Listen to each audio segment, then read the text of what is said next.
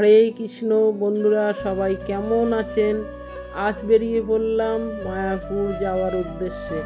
সাথে ছিল আমার বড় মেয়ে, নাতনি, ছোট মেয়ে। ভোর 3:32 নাগাদ ট্রেনে উঠে পড়লাম। তারপরে হাসনাবাদ থেকে শিয়ালদা লোকাল, বোন সোনারপুর থেকে দমদমে নামলো। তারপরে একসঙ্গে হয়ে কৃষ্ণনগরের ট্রেনে উঠলাম।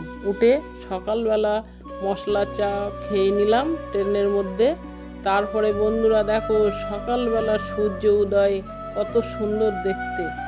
কৃষ্ণনগরের 3 ঘন্টা যে কিভাবে চলে গেল গল্প করতে করতেই পারলাম না কিভাবে সময় কেটে গেল। নরমাল ভাড়া কত? 30 টাকা করেই তো? হ্যাঁ, 40 টাকা করে ভাড়া নেয়। আচ্ছা, হয়তো আমার মনে হয় বছর পড়েছে, তাই জন্য মনে হয়। না, 40 টাকা করে, অটো টাকা করে 30 টাকা করে। অটো ধরুন 10 জন 12 জন করে নিয়ে যায়। তারপরে ট্রেন থেকে নেমে একটু হেঁটে টোটো ধরলাম। একজন 30 টাকা ভাড়া, নদীর ঘাট অবধি। নদীর ঘাট থেকে ওপারে পার হয়ে গেলাম। 5 টাকা ভাড়া নিল। নবদ্বীপের ঘাটে উঠলাম। উঠে একটু দই খেয়ে নিলাম, লাল দই। তারপরে আবার পার হয়ে মায়াপুরের উদ্দেশ্যে পার হয়ে গেলাম নদী। তারপরে দেখলাম 2 রকম জলটা দর্শন করে পার হয়ে ঘাটে উঠলাম। ঘাটে ওঠার পরে আবার টোটো ধরলাম। টোটো থেকে নামলাম মন্দিরের সামনে। ভাড়া ছিল 15 টাকা এক। মায়াপুর আমার যাওয়া এই প্রথম।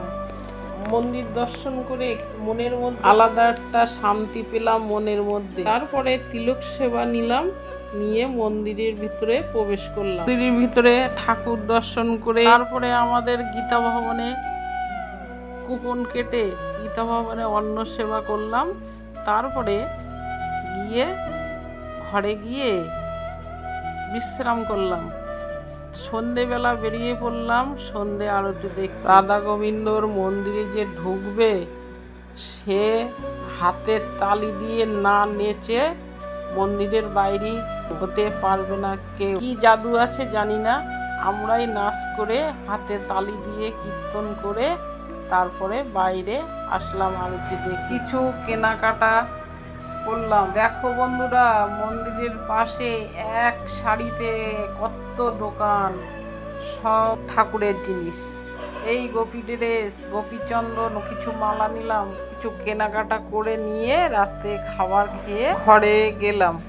সকালবেলা উঠে আবার বেরিয়ে পড়লাম মন্দিরের দিকে।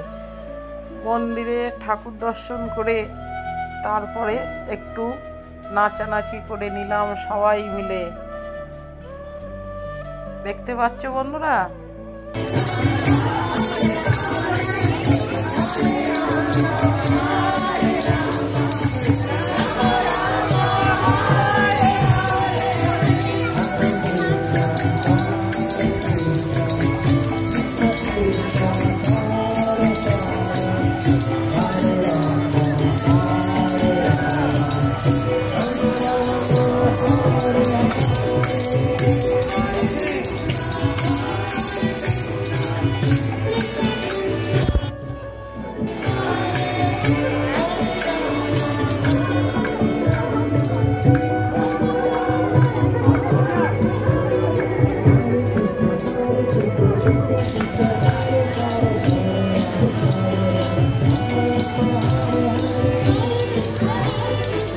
গোশালায় ঢুকে পড়লাম, গোমাতার দর্শন করলাম। কত গোমাতা আছে, হাত বুলিয়ে দিলাম মাথায়। তারপরে ওদের কিছু খেতে দিলাম। সবাই খুব খুশি। গোমাতাগুলো একদম আদর পাওয়ার জন্য কাছে এসে গলা লম্বা করে দিচ্ছে। তাদের গায়ে হাত বুলিয়ে, শিঙে একটু হাত বুলিয়ে, মাথায় হাত বুলিয়ে ওরা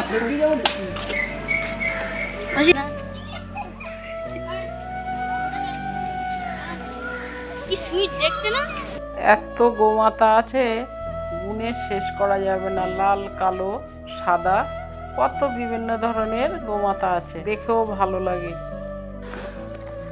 মায়াপুরের বিখ্যাত ঘি কিনে নিয়ে আসলাম ওখান থেকে। মায়াপুর বেড়ানো আলাদাই একটা শান্তি, যে না গিয়েছে সে বুঝবে না, যে গিয়েছে সে বুঝবে কি শান্তি। ভিডিওটি কেমন লাগলো সবাই কমেন্ট করো, সাবস্ক্রাইব করো, আর এরম নতুন ভিডিও দেখতে পাশে থেকো বন্ধুরা।